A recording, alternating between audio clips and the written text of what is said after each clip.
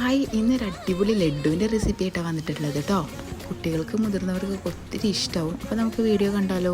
അപ്പോൾ അതിന് ഞാനിവിടെ ഒരു നാഴി അരി കഴുകിയിട്ട് അതൊന്ന് വറക്കാൻ വെക്കുന്നുണ്ട്. പിന്നെ ഒരു മുറി തേങ്ങ വേണം കേട്ടോ. ഒരു മുറി തേങ്ങ ചിരണ്ടി എടുക്കുന്നുണ്ട്.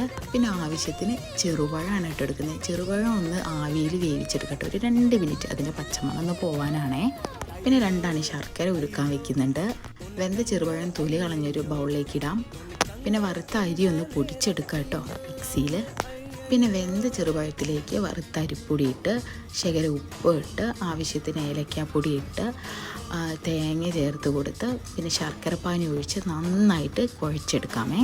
കൈകൊണ്ട് നന്നായിട്ട് കുഴച്ച് ഉരുളയാക്കി പിന്നെ ഒരു ഭംഗിക്ക് തേങ്ങയിലും കൂടി ഒന്ന് പൊതിഞ്ഞെടുക്കുന്നുണ്ട് കേട്ടോ. അപ്പോൾ നമ്മൾ അടിപൊളി ഹെൽത്തി ആയിട്ടുള്ള ലഡു ഇവിടെ റെഡിയാണേ.